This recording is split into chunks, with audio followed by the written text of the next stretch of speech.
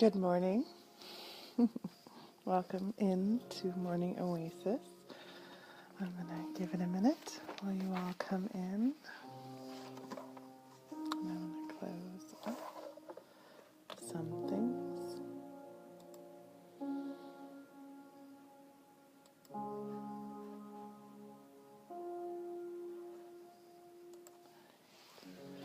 Good morning, you guys.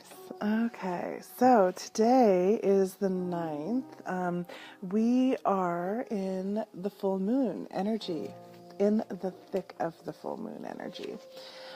It is Friday, Q&A Friday, so normally today what we do is card pulls. It is the full moon though, so I wanted to work on and address kind of the energy that's flowing through us. Now, I did have a poem that I was thinking about reading today, but I'm going to shift our focus. I just posted it this morning. It's a blog posting by Lisa Mooncat, I think is her writing name. It's so cute. She's a little crescent moon. I will be doing card pulls. But I'm going to first read this. Would you like a card pull, Shauna? Because I have one other person listed.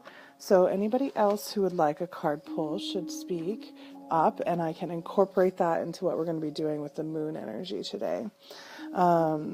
Did you want a card pull, Shauna? I don't know if that's what that meant. I've been talking with Shauna already today, and there's a lot coming in today. Seriously, there's a lot of energy coming in. If you are struggling, you're not alone right now. All right, Shauna, perfect. So I've got room for more card pulls if anybody else wants them. Announcements. Where's my head? Good morning, Kristen. I know, I'm so excited to meet with all of you ladies. I think it's going to be awesome. All right. Morning announcements. So we have the fair. The fair, it's just evolving. Really excited for it. It's in McMinnville. We try to make everything that we do responsive to you guys. So the more you guys give us feedback about what you like, where you're at, what you need, the more we understand where you're at, the better we can tailor what our offerings are for you. So that communication is important. We're a tribe, we're a community, we're growing. So when you find yourself pulling out of the community, that is because you are not feeling like you can get what you need and you can't express it and all of these things, right? We shut ourselves down in these ways. So this energy right now is really amping that up, by the way. But the community fair, if it's too far for you, we're trying to decide, like, is McMinnville a destination place? Do people want to go there just for this fair and visiting the downtown there? Or should we look for other avenues, other venues, other places to show up at? We love that feedback from you guys. But the fair is the 24th. Good morning, Ariel. The fair's the 24th of June. That is coming up so quickly. It's in 2 weeks. And let's see, gosh, Shauna, maybe you can list some of the people that we have that are going to be attending if you have time. But I've talked about a lot of them already. Each person, what I think is really cool about this fair is that each of the people that are showing up to be practitioners and offering what they do have evolved into their own unique offering that has come as a result of their journey into themselves. And some of them have gone through the route of finding other venues and other avenues and certifications and routes that have been well paved to find their way to that trek that's theirs. So there's a wealth of information. We even have, and this is just in the works, possibly, if not this fair, another fair, a woman who's been a practicing doctor who ended up training in a Mayan abdominal massage and acupuncture, and completely left her Western medicine practice in order to transition into doing just this kind of work, because she's like, this is the root of healing, this is how we heal. And she's thinking about offering different like seed or quick acupuncture, kind of community style acupuncture, or sacral work. We have some really interesting people who are going to be there. I'm so excited. So the fair. Then we have tickets for lunch at Jesse's. That's eating here in my home, and I cook for you. It's an organic meal, and if we have enough people who want it to be vegetarian, it can be vegetarian. So that the menu will depend upon who we have that signs up. You guys, I can cook a lot of different stuff. Just don't ask me to cook pad thai because I'm a little over it. It's been a week. I have pad thai down though. Just too much of it. My husband, he said, when I made it for the last time, he goes, Jesse, you know what the worst part about you learning how to make good pad thai is? And I said, what? And he goes, we're not really going to go out to Isan anymore, and they have such good pad thai. I really actually just like the environment. I'm like, trust me, we can go out still. I just wanted to know how. Okay, so I think that's all the announcements that I can think of. Shauna, if I'm missing anything, I would love it if you posted. And down the chute a ways, good morning, Wendy, is the Emerald Spiral Fair. So that's way down. That's not for months though. I'm super excited to remind you guys, this music that's playing right now and yesterday and today and moving forward. This is all music by our sound guy, Kyle Devine. So you guys are getting to get some of the sounds that we are using in the meditation series is that we have been creating. Look at her. She is on that table again. She's only doing it because she knows that I'm not going to come over there and scream and yell at her while I'm on camera. Look at that naughty rabbit. So naughty. She's so naughty. Okay, so we had a card pull request from Tyrell, and let's see which deck wants to talk to him.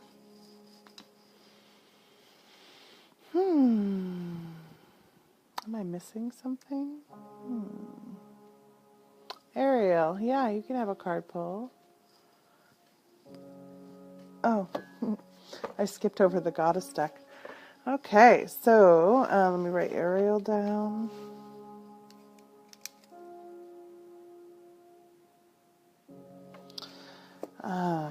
Yeah, so this moon energy is hitting heavy. It's and I know we say this a lot. Lots of things are hitting heavy, but that's kind of where we're at in our growth and development. Things are coming in quick, fast. Doesn't it sound good, AJ? And hello, I didn't even see you come in. Sneaky.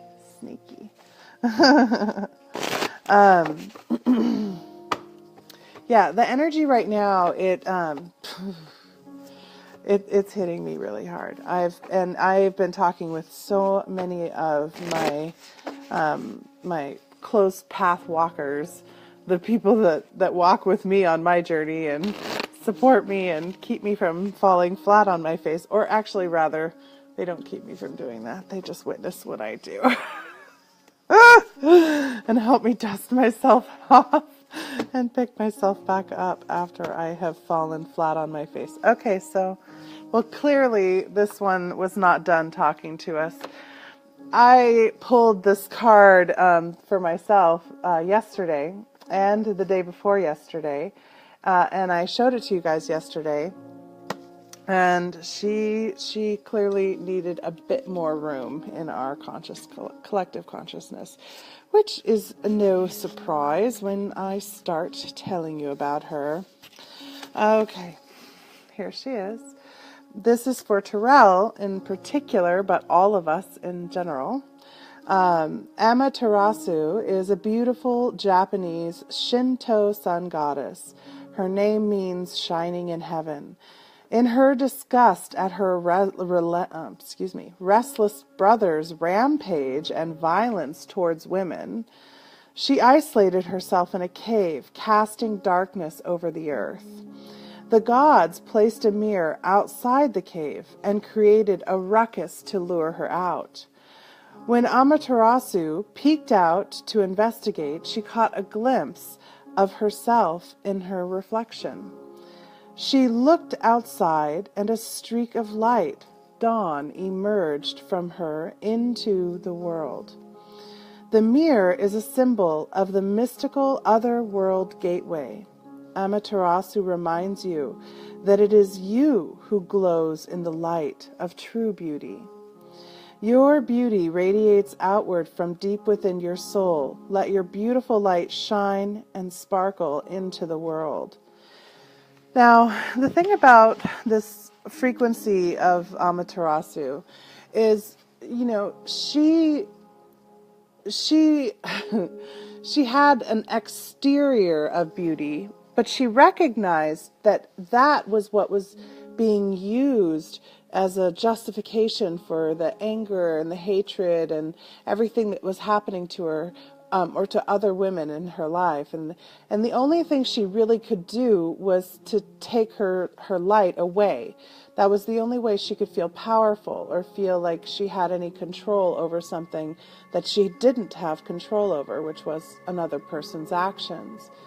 And we tend to do this with ourselves. Somebody starts to behave in such a way that feels out of alignment with us, that hurts our feelings, that damages us, which ultimately is just triggering our own wounds, our own beliefs, kicking at our rigid system of understanding and awareness. And they're doing it because it's there to kick. It's like a great big kick me sign is all over it. And their job is to kick it. I mean, that's the only reason that you have the contract with them in the first place, is to kick it. And in response to the kicking, we run and we hide and we sit and lament about how painful it was, that kicking, and how we're never going to let that kick happen again. And we're going to protect ourselves in every way possible from somebody who kicks like that. And we're not going to shine our light out there. I am totally guilty of this. I did this with my husband for years. My only power was to take myself away. And they call that stonewalling. If you're seeing marriage counselors, they're like, you've been stonewalling a bit, huh? I'm like, I'm not doing it to punish, but actually I am. I am actually doing it to punish. I'm doing it because it's the only thing I can do. I can't get as mean. I can't get as aggressive. I can't get as powerful in that way. I don't take my power in that way. I don't take power, really, and I tend to feel a little powerless in those situations. So the only thing I can do is to remove myself from the situation. However, when we remove ourselves, we're taking the light away, and all that can be left is shadow. There's no balance anymore. There's no interplay of light and shadow. It's just shadow. It's just darkness. And so then that darkness becomes the prison that keeps you trapped in the cave, because you can't see what's out there anymore. You can't find what's different, what's changed, what's new, what's beautiful, because your light isn't shining in your path. And if you can't shine your light on your path, then you're stumbling in the dark, right? So we think of it as being the only way we can punish the other or protect ourselves. But the reality is, it's how we punish ourselves, and we maintain or even grow the separation wound between ourself and our other self that's kicking at the kick me sign that our other self put there to let us know that our true self doesn't need to be kicked anymore. So that's really, a big part of her lesson. And in order to be able to come out of her cave, she also needed that darkness to be able to see the truth of what she does radiate out, right? That light that radiates out from her. So that's some more of what she wanted said in this That's why she came back out for a third time, third day in a row. Thank you. Thank you. I'm very grateful for her. She's helping me greatly to understand myself and to see myself a little bit more humbly. But, you know, it is also, technically, it's also to bring that inner beauty out, right?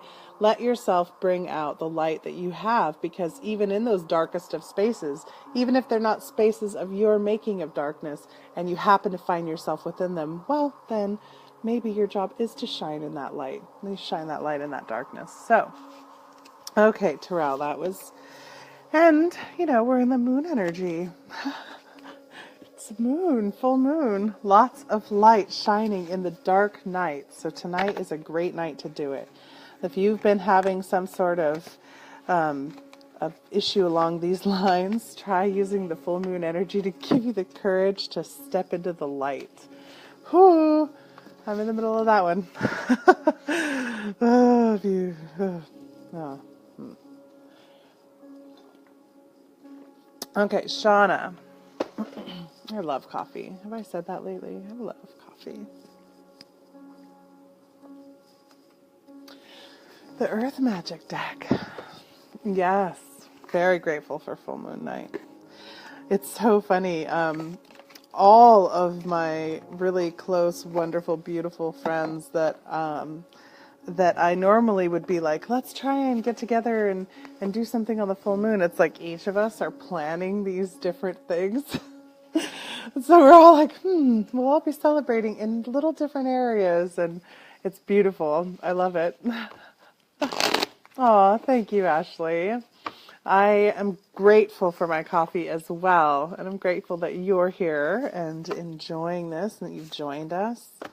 It's wonderful getting to feel your energy more and get in more touch with you. All right, Shauna, what does the earth have to say to you? Okay. You know, sometimes when you pull cards, and especially like, I know I'm pulling these cards for you guys, but like, come on, you're just other me's.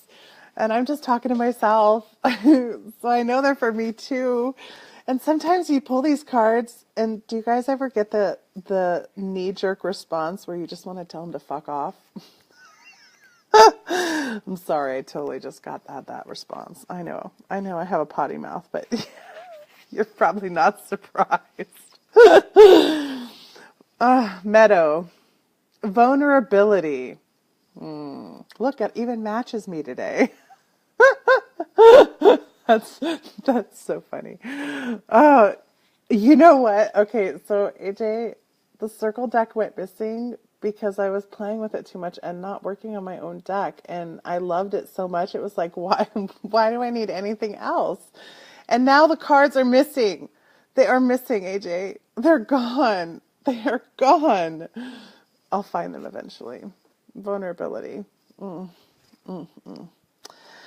meadow in this card invites us with its beauty and its openness. The flowers have arranged themselves in a poetic design orchestrated by nature. And the lush rolling fields urge us to relax and stay for a while. Yet, for some, the idea of being in such an open space is terrifying. Okay, I have that. Right? The universe? What is up with that? And in an expansive meadow like this, an expansive place like this, we may feel exposed and defenseless, lacking the perspective and the perceived safety of an enclosed area that we're really used to. For others, walking through a meadow can be an exquisitely satisfying experience, and we can feel comfortable in the openness and visibility, enjoying the 360-degree view. But nothing, and with nothing in the sky above us. I usually love meadows. There's some I just don't. This is vulnerability built on the foundation of trust rather than fear, the capacity to trust our own instincts to tell us if there are any potential threats that we must respond to. Be relying on this instinctual knowing. We can relax and enjoy the beauty that surrounds us if we do so. You're in a place right now where you can take risks with your feelings. And even more important, take risks with the truth of who you are. The truth you know in your heart and soul. You no longer need to be subjected to your conditioned fears, Shauna, of letting others know who you really are. This is so for both of us right now. Oh, you're such a beautiful mirror. I love you. Yes, others may judge, evaluate, criticize, and perhaps even put you down. Look how dark and sad it got. Oh. These are very real possibilities. Yet by trusting what you have, that you have the strength to deal with these. I know, I'm so struggling with this, Shauna. It's ridiculous. Oh God. And you're not even struggling this much with this. It's ridiculous. It's redonkulous, people. Sorry. Eventually it'll all make sense.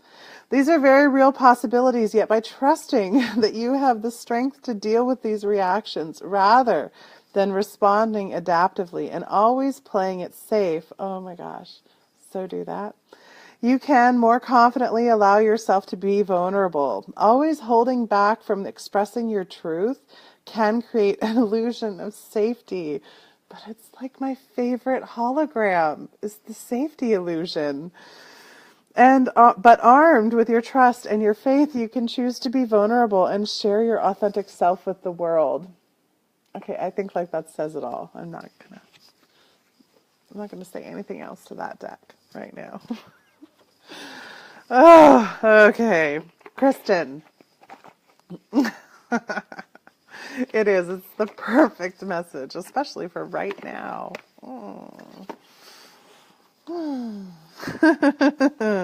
Kristen, let's see. Who wants to talk to you? Oh, Ganesh. Oh, good, because we need a little Ganesh action over here.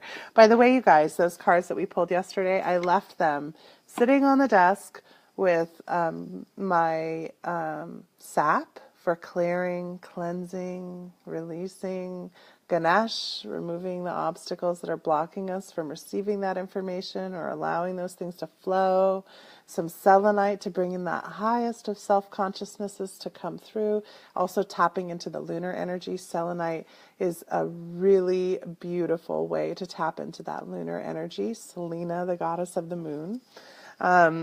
What else was on there? Oh, and of course, the apophyllite. Let's bring and integrate that highest frequency all the way through us and really let that resonate all the way through.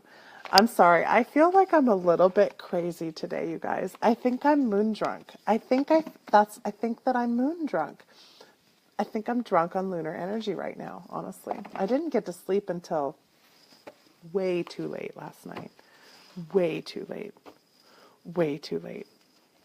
I was making cheesecake until 2:22 in the morning. Cheesecake.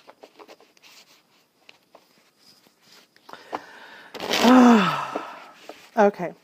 Kristen, Ganesh. Moon drunk for sure. I know, right? I don't even know if I can drive like this. I think I'm impaired. I'm going to have to go meditate before I get behind the wheel just to be able to come out of this a little bit. Oh my goodness. Oh, see, now I like this card. This doesn't make me want to cuss at anybody or kick anybody's thing over. All right, Spiritual Quest is Ganesh's card, and I'll show it to you in just a second. All right, there we go. Look at that. I think we've gotten this one before, too. You are called to realize your full potential and to choose to become a force for good in the world. Heck yeah. Whether or not you're aware of it, and this is for Kristen. Kristen, time to step up. Whether or not you're aware of it, you are embarking on a great spiritual quest. Your soul is leading you to a myriad of discoveries about who you truly are and what you came here to achieve this lifetime. Each of us has a unique journey that is tailored especially for us and designed for us to reach our highest of potentials. During this quest, you will gain significant insight into your purpose here on Earth. For many, this journey will have been produced by a period of upheaval, confusion, and conflict, which has birthed a desire for greater clarity and concrete answers about the meaning and purpose of your life. From this spiritual journey you're undertaking, you will gain wisdom, enlightenment, and an enhanced sense of your personal power. As you travel on this path, make a point to commit to the quest and not be tempted by distractions that may cause you to veer off track. Ganesh urges you to focus your energy on having, less on having and more on simply being. Your spiritual growth can be enhanced by the regular practice of meditation and self-reflection at this time. And Kristen is just about to start the Life Mastery if she hasn't already started it. That bunny is up on the table again. A rascally rabbit. So yes, you're on this journey, and it's interesting. I think if I can remember, I think there are 6 of you that are starting Life Mastery within about 2 weeks of each other. So you guys are all on this journey. You're all just beginning the next leg of your journey, right? You've all been on the journey for a long time. It led you here. And so you're starting that space. So really allow yourself. One of the things that I find with people who do the Life Mastery program is it's kind of like, you know how when we see people who are really struggling and taking antidepressants, like the maybe bipolar or depressive or manic or whatever, and then they get on the medication and they start to feel, yeah, she's totally moon drunk. They start to feel more and more stable, more balanced, more grounded. And then it's like they step off the journey because they're like, I'm all good. I'm better. I'm going to go back to my life now, all done. And what they didn't realize was that the journey that they just took, the life they left, it's no longer there. So they stop continuing to bring the information in, and they just drop back into the old patterns and belief systems and thought patterns, and suddenly all the old challenges and problems come back up and they start to feel defeated, and they're like, oh, it totally didn't work. And this does happen for some people. And so that is a natural process also. There is absolutely nothing wrong with it. It's perfect and beautiful because it's kind of like that old self coming back and saying, was I really so bad? Do I really have to go away? Like, is it really gone? Are you sure? Are you sure? It's that challenging of the old self with the new self. So go through that process if it comes up for you. But recognize this journey that you're taking. It's going somewhere. You can't go all the way backwards. And it will be, as Hannah Neal says, 3 steps forward, 2 steps back, 3 steps forward, 2 steps back.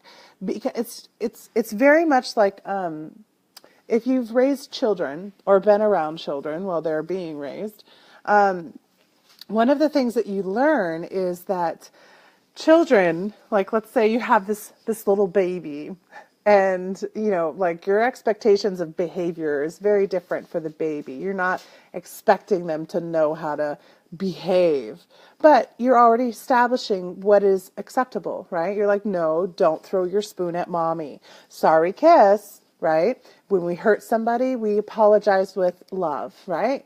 So we start establishing these things. So then the baby learns, oh, I get in trouble and I throw my spoon, and stops throwing the spoon and maybe throws the food on the spoon. When it starts thinking, well, if I don't throw the spoon and I'm still annoyed, I could fling food at her face.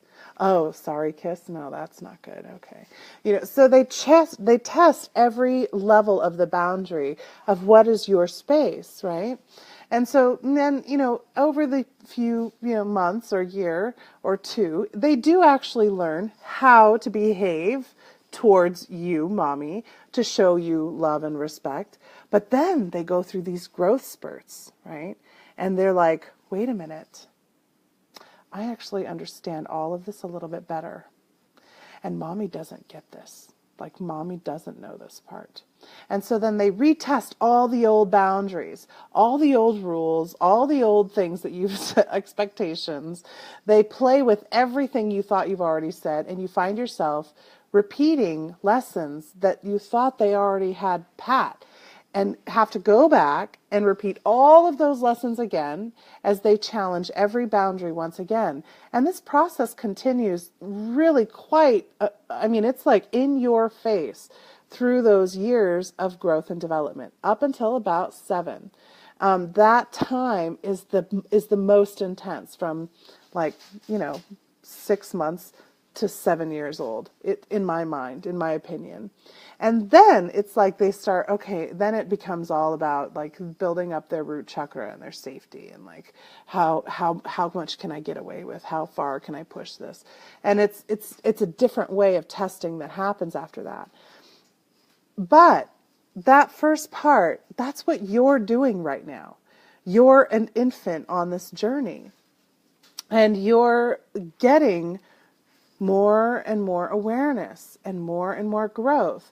The awakening experience for many people tends to take 4 to 5 to 6 to 7 years, somewhere right in there. I know for me, I'm at year 5 right now of this really intense journey that I'm on. I know I don't have it all down pat. I feel myself pulling back up old lessons and just butting my head against that same wall, the cheesecake wall. I've been hitting up against the cheesecake wall.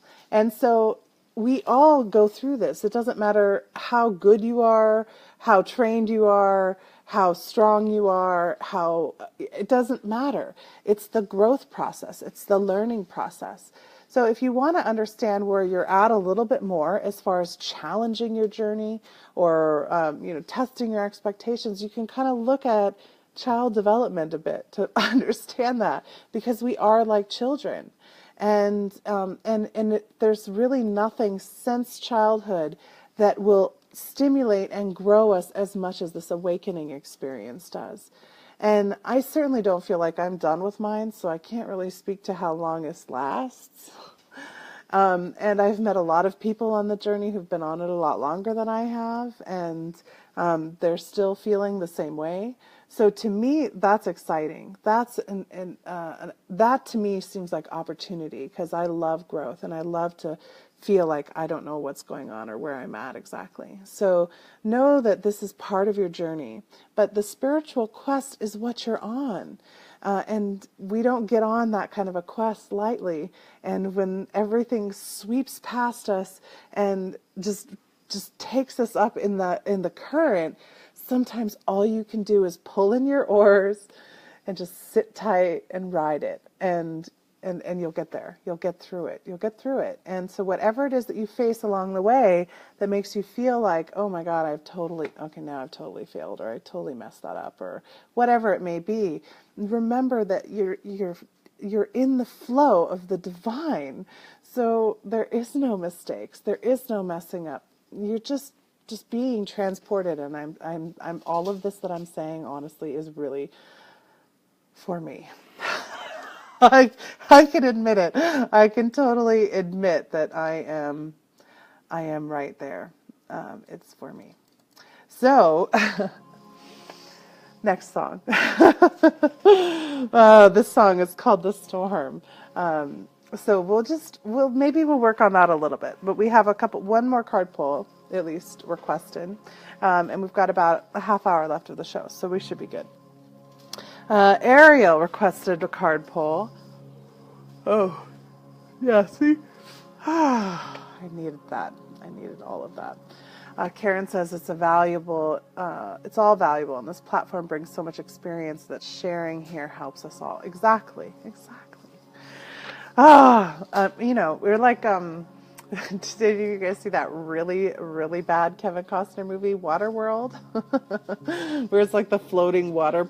This is the world where the floating platform and the sea of energetic change. All we can do is just lash on. Hold tight. Ride it out. All right. So Ariel, the Messenger Oracle deck wants to talk with you. That's by Raven Felon. Oh, by the way, AJ, White Owl is friggin' everywhere. So, I'm just going to tell you that when you send in all the white owls, it's time to come out of the barn. Just putting that out there. Love you. Oh, okay. Yes, Karen, I'll put you down. I have to admit, my inclination isn't to do too terribly much with the full moon right now, because I really, it is, I'm not responsible for my behavior if I tap any more into it.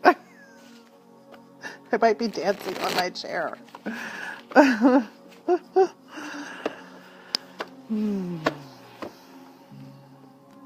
Okay.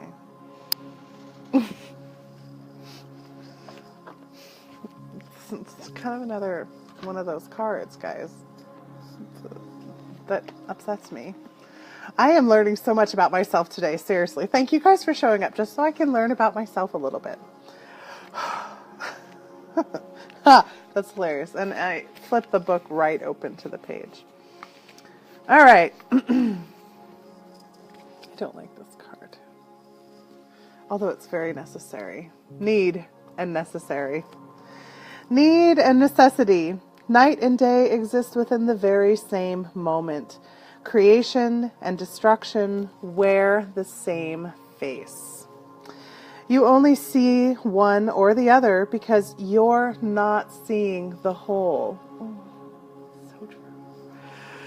What you may see as harmful, another may also believe is harmful, but another might view it as good. All is based upon perception. In nature, all occurs according to need and necessity, not right and wrong. Ask yourself, is there a genuine need to act? Is change necessary for your continued well-being and happiness? If the answer is yes, then act. If the answer is no, then do not. I'm just going to say that sometimes it is really hard to distinguish between desire and need. Okay? There's many things in my life that I can't tell if that's a desire or if it's a need. So, this card is a hard one for me. Check out the faces of the birds, the crows and the eagle. It's not just amazing. Okay, I'm going to have to just sit with this energy for a minute. Let's just sit with this energy for just a minute because I really need it.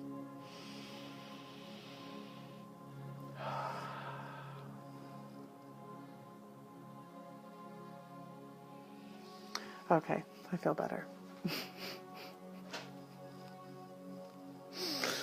Need and necessity. The reality is that people like us tend to dismiss our needs and view them as desires, is what I'm hearing. And, we hide our true desires in the darkness, right? So we make what our desires are bad. We make them feel bad. We make it ourselves feel bad, thinking that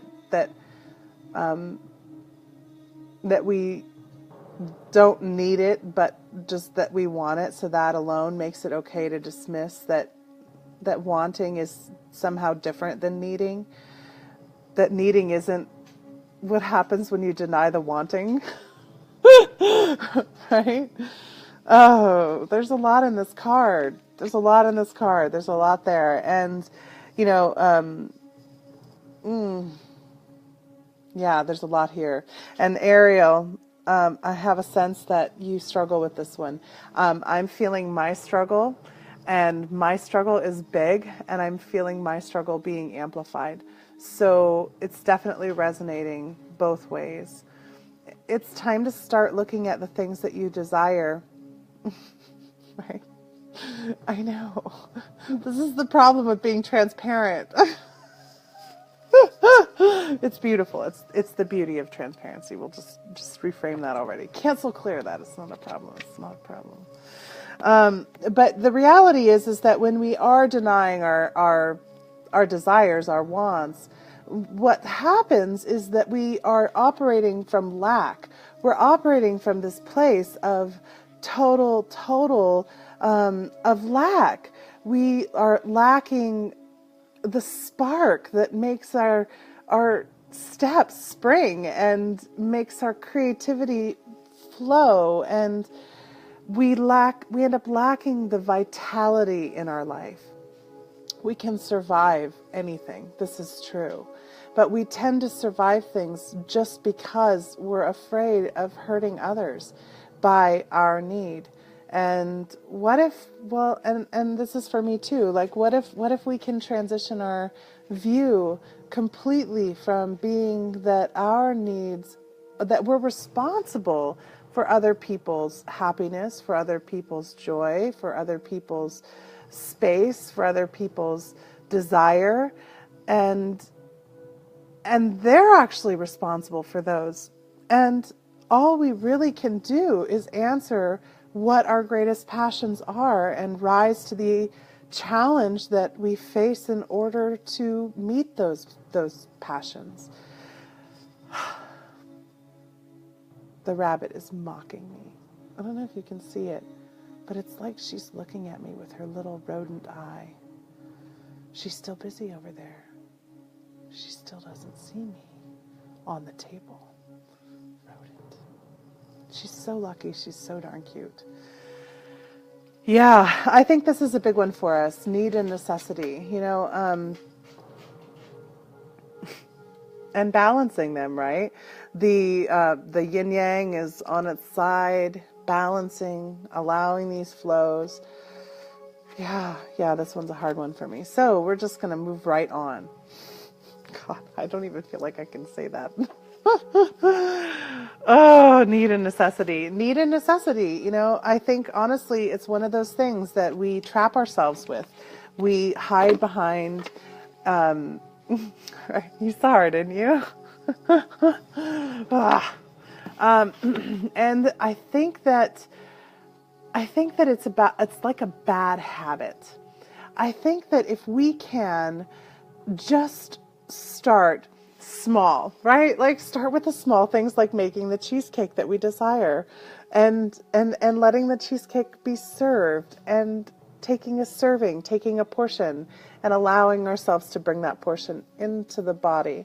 Really feel that I have this desire for this cheesecake, so I'm gonna make it for myself. I'm gonna make it happen as this. What is that? Some sort of bug is flying at my window repeatedly right now. I don't even know what kind of bug that is. I actually don't know what kind of bug that was. What would it look like if we could just say in this moment, that's what I desire, and I'm just going to allow some space for it to come in and bring it in. If I need to take steps to get to where I can find it and open the door, then I'm going to. And just make those small steps, small actions, until you learn to trust more your desires, that they are actually leading you in another way, that you're not used to letting yourself be led. And I think that when we're children, especially people who struggle with making their desires be allowed, exactly, we tended to be having to be the adult in situations when we were far too young to be the adult. And so that meant, what is being adult? It means sacrificing what you want for somebody else. And we view that as being what adult is. And so we have to sacrifice in order to make it more safe, more comfortable for everybody else around us, just so that we can survive. So when that's the case that we are raised in, and I think a lot of us here were, desire doesn't even come into it. There's not even really a room for us to start developing desire.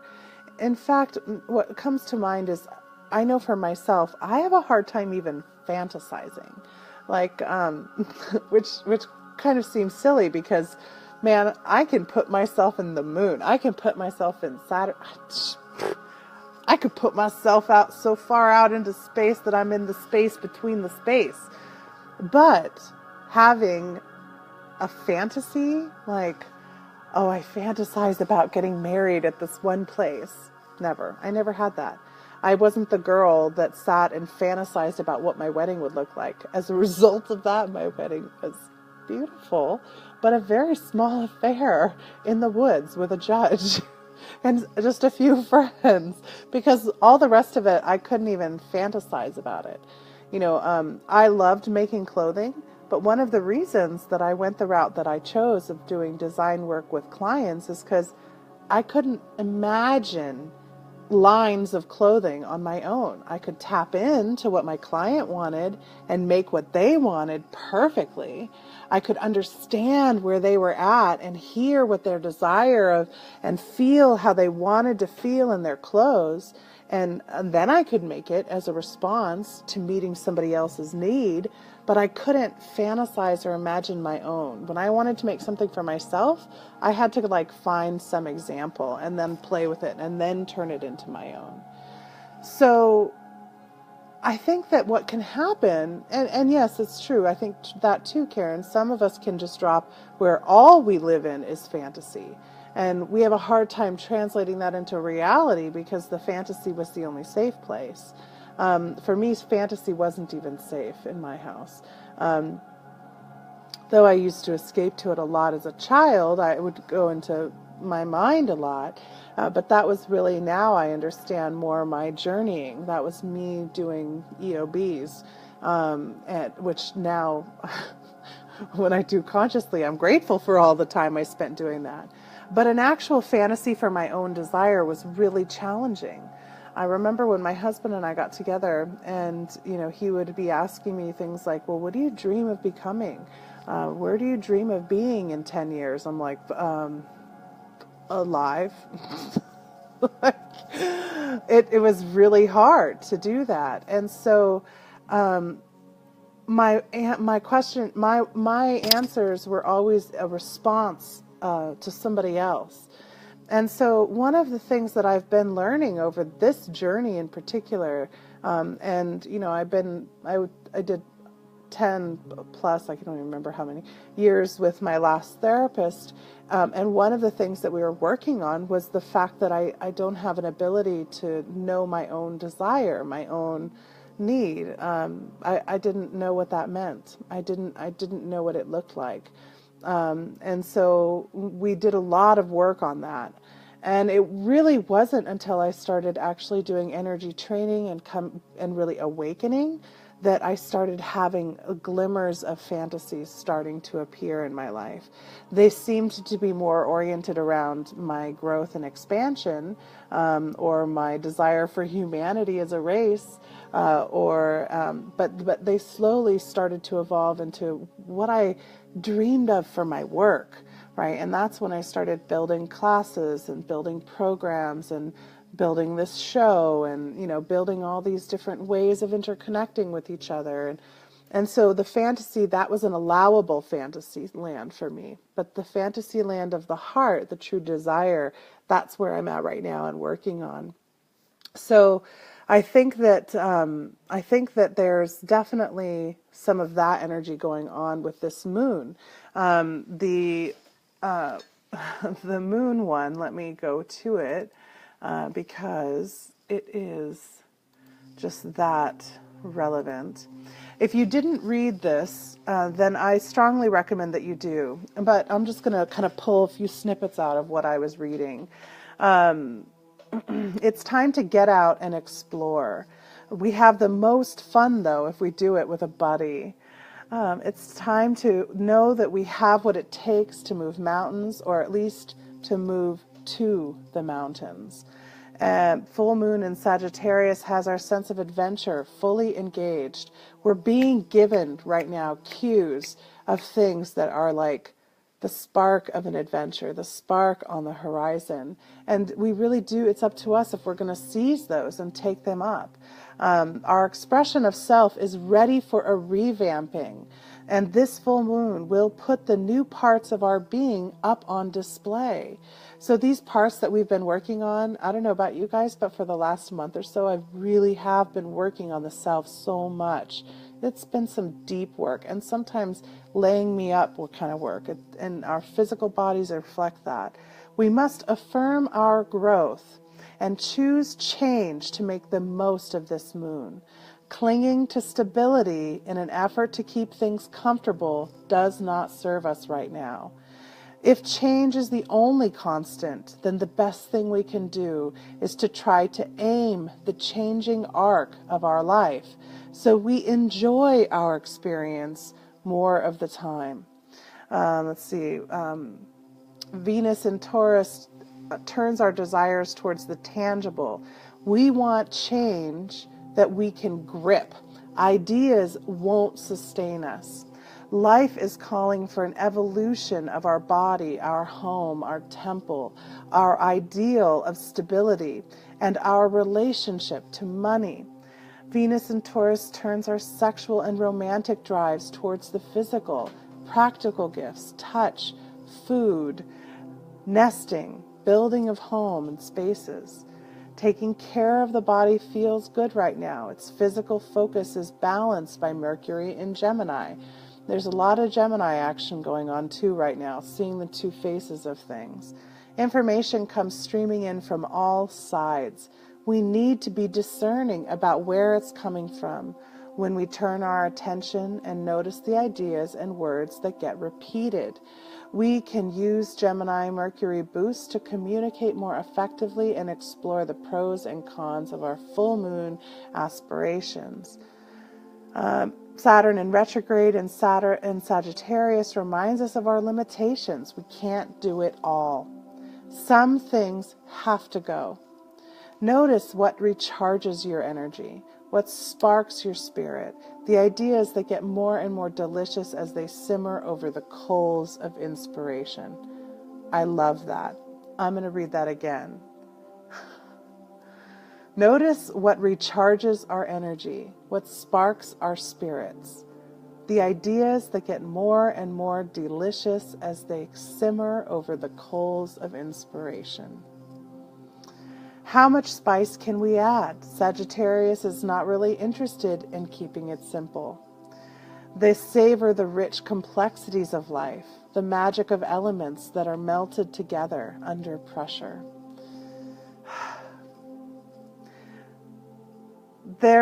For me, I'm Sagittarius, and I don't know how to do simple. I don't know how to do easy. I'm like one of those people, if you ask me to tell you about a movie, I'm gonna kind of like tell you scene by scene. I'm horrible at summarizing things because I like to get into the details of the experience, and I will go all the way into the experience and relish every bit of it. However, if we aren't actually making steps or taking chances or moving forward, and we're not making something tangible that we can grip, as she says, it's going to come to nothing, and then we'd lose our spark. We don't have, if you can spark and spark and spark and spark, rubbing your sticks together, but if you haven't put anything there to kindle, then you're not going to have a flame. And maybe if you've got the kindling there and everything, but you're not going out and getting the logs and prepping the wood and really doing the work that you have to do, then your fire's not going to go anywhere. So what do you want? What do you want to burn? How do you want to feel about it? Shauna, yeah, definitely, I can see that too. There's a part of that too. I have a hard time knowing how I feel about a movie. I don't tend to feel very much about the movie, except for that I enjoy it, I was engaged, or I was not engaged. But yeah, so anyway, it's knowing these things about yourself, understanding these aspects of the self, and that's what this moon energy is really coming into. Sagittarius is a sign of transition and change. Sagittarians are usually they're flighty, fanciful, they're riding the fire, they're running off to the next big thing, that doesn't mean they're not dependable. They can carry far more than you can imagine on their backs while they're running to the next thing. But it does mean that they're obliged to provide the spark that gets people moving and motivated. But what they can forget sometimes is what they need, what their own needs are. And that's another piece of this moon energy, is really recognizing if you're somebody who's focused on others' needs, then you're the other whose needs to be focused on now. Transition that. That's the best advice I can give about it. It was Q&A Friday. I didn't feel like I'd be doing meditation work. And we are at the end. And depending on what we're doing tonight, I'm not making any promises, but maybe we'll go and do a little live of our meditation work tonight. We're going to definitely be working with the moon energy. At a minimum, I would strongly suggest each of you take a little bit of time tonight to get out in the moon energy. The full moon was this morning at 6 a.m., the peak of it, but the energy is going to continue all the way through Saturday. So, whether it's sometime today or sometime tomorrow, just try to take a little bit of time to sit in this energy, focusing on that moon. If you have any selenite, get it out, use it, and allow that energy to flow through you and find the sparks, find the energy pieces, the ideas, the inspirations that give you the spark, and then start imagining yourself building the fire. What do I need to do to create a space for this fire to blossom and to grow? And that would be my advice for tonight for you. Anybody else has any moon information they want to share, go for it on the group. I love you guys. And I was just so moon drunk today. It was really hard to focus. It was hard to focus. So I love you. I will see you at a minimum on Monday. Bye, guys.